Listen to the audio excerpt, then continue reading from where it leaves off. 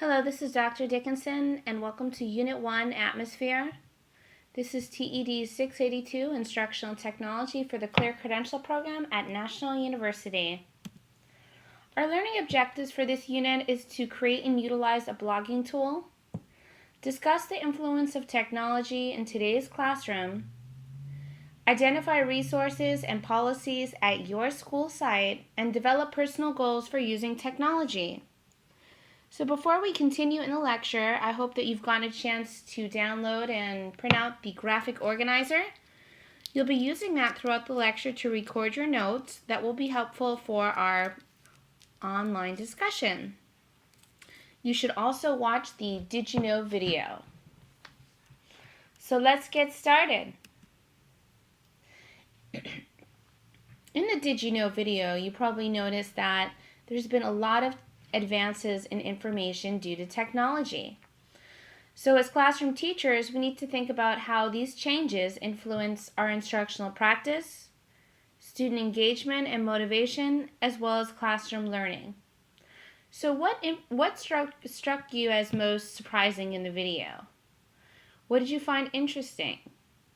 And why is this information important in terms of being a classroom teacher? Well, we know that the types of learners that we need to produce to be actively engaged citizens in the 21st century require different skills, different ways of thinking, different knowledge, and it requires us to think about how we're going to teach differently. This is supported by the change in the types of jobs that are available in the economy. So you see a decrease in blue-collar workers and an increase in technicians, professionals, managers, and administrators. These are also the highest paying positions. So engineers, pharmacists, doctors, technicians, and a decrease in blue-collar positions. A lot of those skills and jobs are being replaced by technology. And as job changes occur, so do the types of skills that employers require. So a decrease in routine thinking, again, being replaced by technology and programs, and an increase in the demand of complex communications and expert thinking. So the capacity to really analyze, problem solve, be creative, think outside the box.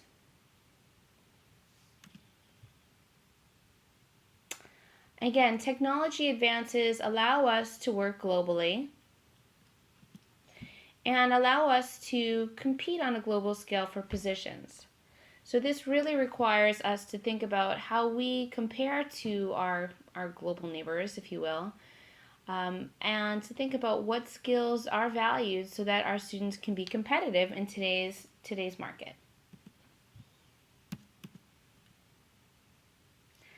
So the idea that with this global economy, students and employers are going to be able to collaborate with people from around the world. This requires the capacity to be innovative, to be knowledgeable about different cultures, economies, systems, way things work.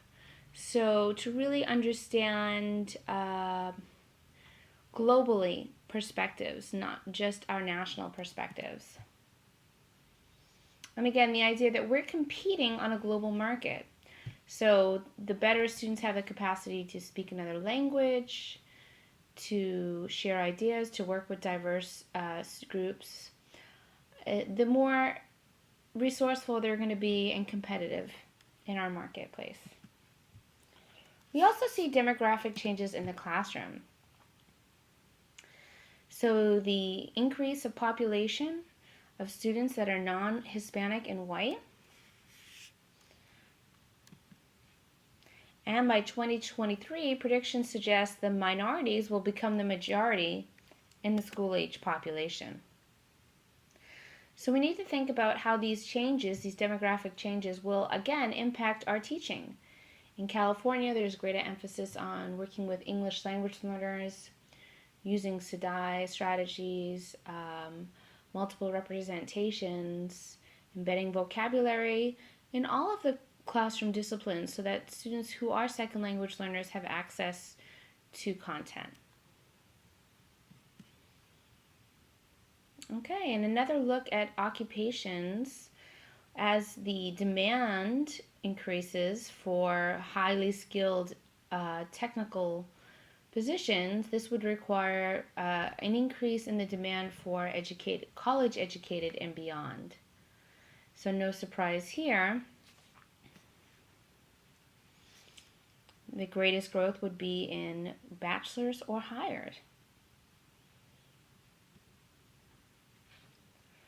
And again, that nearly 2/3 of new jobs require post-secondary education or training. So we see this in the emphasis for Common Core, 21st century learners, is that all students should be college and career ready.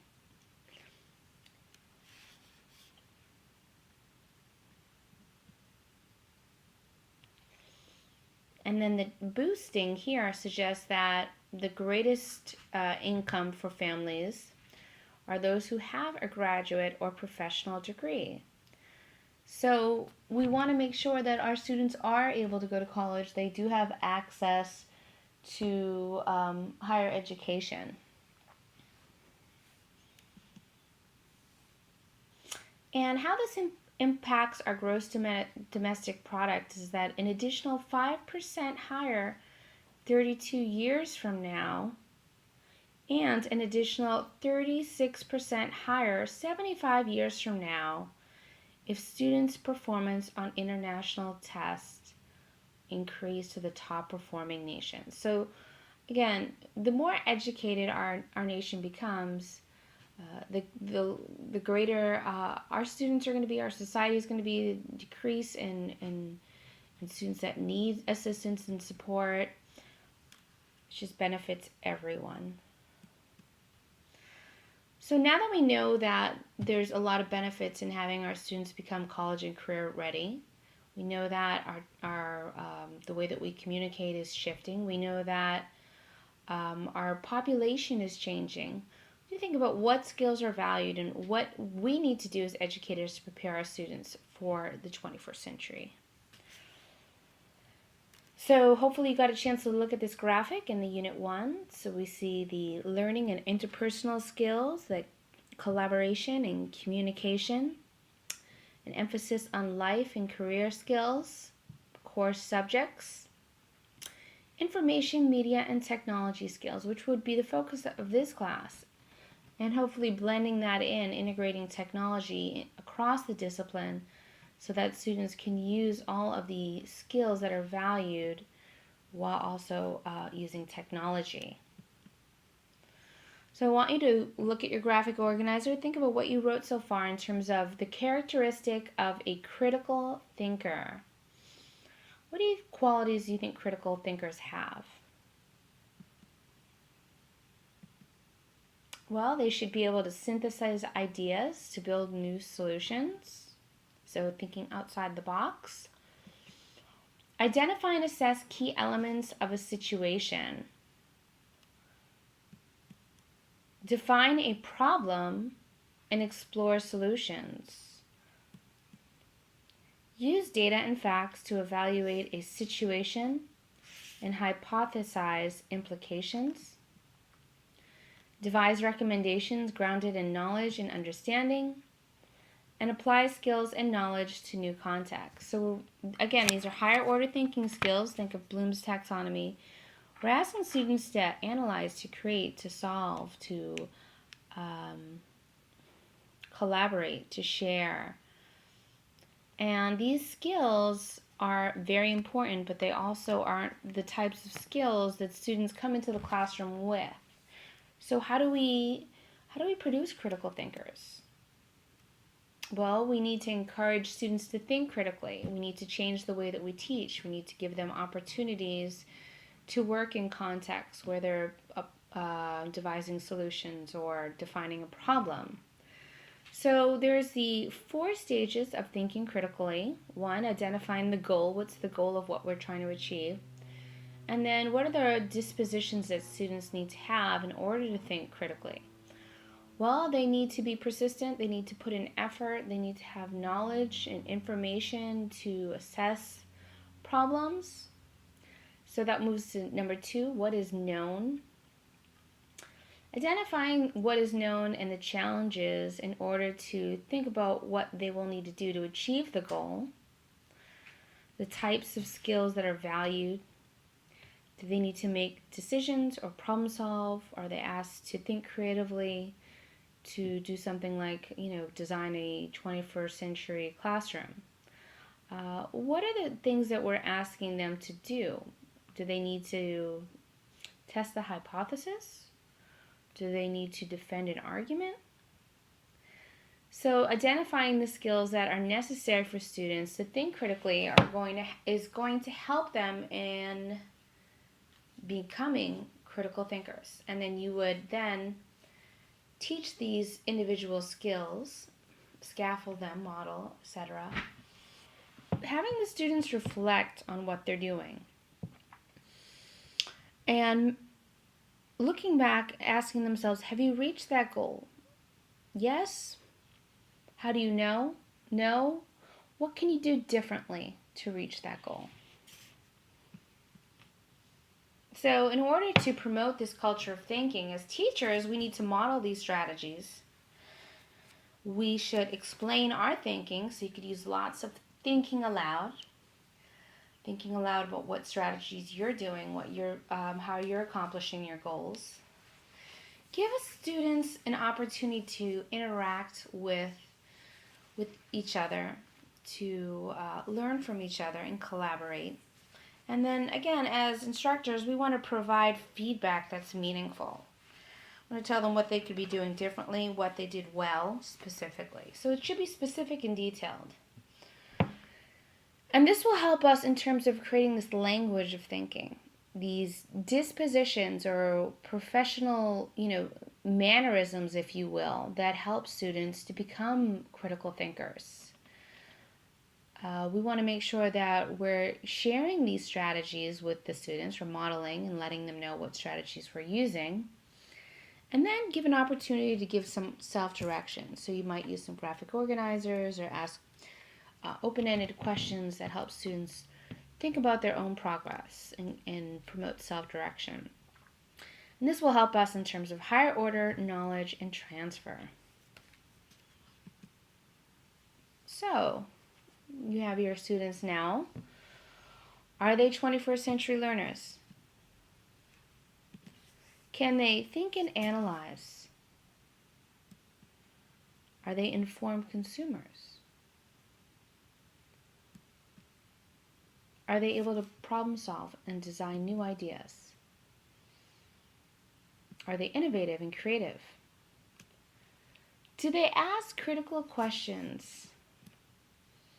And are they leaders who express ideas with data and facts? So how can we use technology to impact teaching and learning and promote these 21st century skills that we've been talking about here in Unit 1? Well, technology can be useful in terms of building conceptual understanding. So we can use graphics and images to help our students understand complex abstract ideas like algebra. We can also use technology to help address misconceptions. So students have misconceptions when they come into the classroom from faulty information. We can use videos, we can use discussions or platforms to help students address misconceptions or even identify their own misconceptions. Technology is also very powerful in terms of allowing our students to collaborate with others, and we can see that in our class. It gives us an opportunity for students to have apprenticing with experts. Can apply technology to interdisciplinary challenges. It's also useful for fostering inquiry investigations, engage and motivate students, and differentiate instruction to meet individual needs. So we go through the readings and videos this week. Think about how technology is being used in each of these areas. How is technology used to motivate students? see some of the videos, students are using technology to play games to help reinforce skills.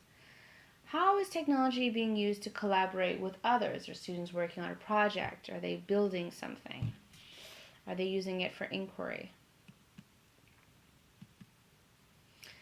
Some other ways technology may change your school to support teaching and learning, to communicate with parents and staff. It's also being used for administrative tasks like taking attendance or recording grades. Technology is also being used as a tool for adaptive learning. So understanding where students are and then building a program that is devised around their zone of proximal development.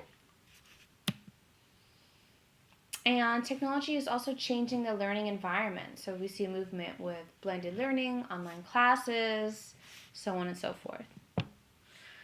Technology is also being used to harness professional development through webinars and online videos.